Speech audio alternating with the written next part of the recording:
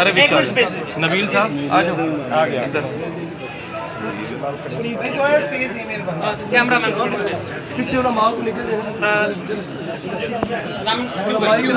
जी मरकज़ तजल्लियात हज़रत दादा गंज बख्श के मज़ार पर मौजूद हैं और 3 साल की जो पाबंदी है उसके बाद आज यहाँ पर सलाम करने के लिए तहरीक लब्बैक या रसूल अल्लाह और तहरीक सिरात मुस्तकीम के बानी डॉक्टर आसफ अशरफ जलाली साहब यहाँ पर पहुँचे हैं। उनसे गुफ्तगू करते हैं। सर क्या कहेंगे, 3 साल की जो पाबंदी है अनलिफ्ट हुई है, आज आप यहाँ पर आकर आपने दुआ भी मांगी है, इस्लाम भी किया है।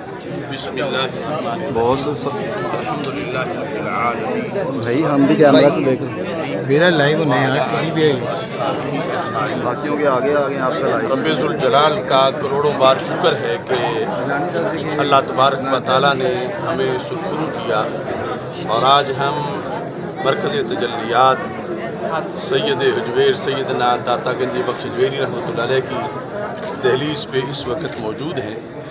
असल में ये वो रूहानी मकाम है कि बर्र-ए-सग़ीर में ही नहीं पूरी दुनिया में आलम इस्लाम के अंदर इसको रूहानियत का हेड क्वार्टर कहा जाता है। और आपने सैयदना गंज बख्श हजवेरी रहमतुल्लाह अलैह ने अपने अहद में जो दीन इस्लाम की खिदमत की उसमें सबसे इब्तदाई खिदमत ये थी कि आपने मुसलमानों के अकायद महफूज किए और फिर उनको कश्फुल महजूब शरीफ में लिखा। वो फ़ारसी में है। अल्लाह ताला ने हमें तौफीक दी कि हमने वही अकायद उर्दू में बयान भी किए और उनको किताबी शक्ल में शाया भी किए। और बाद शरपसंदों को ये बात पसंद नहीं आई। उन्होंने सैयदना गंज बख्श हजवेरी रहमतुल्लाह अलैह के जो हकीकी नज़रियात थे उनको छुपाने के लिए हमारे खिलाफ साजिशें की और फिर कुछ लोगों ने तहकीक किए बगैर FIR काटी और एक तवील जो है वो पाबंदियों का सिलसिला जो शुरू किया गया। अल्लाह का फजल है कि वो गर्द जो है वो ख़त्म हो चुका है और हक बिल आखिर हक है जो गालिब आके रहता है।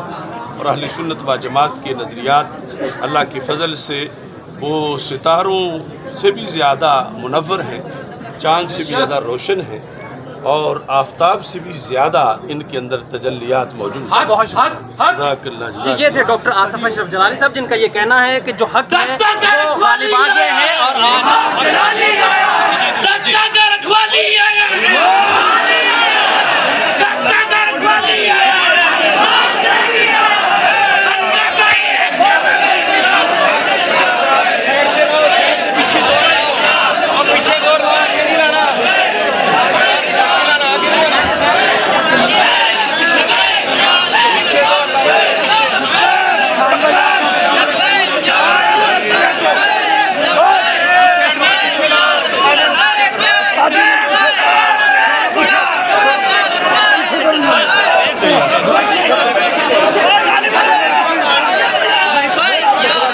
पीछे करो।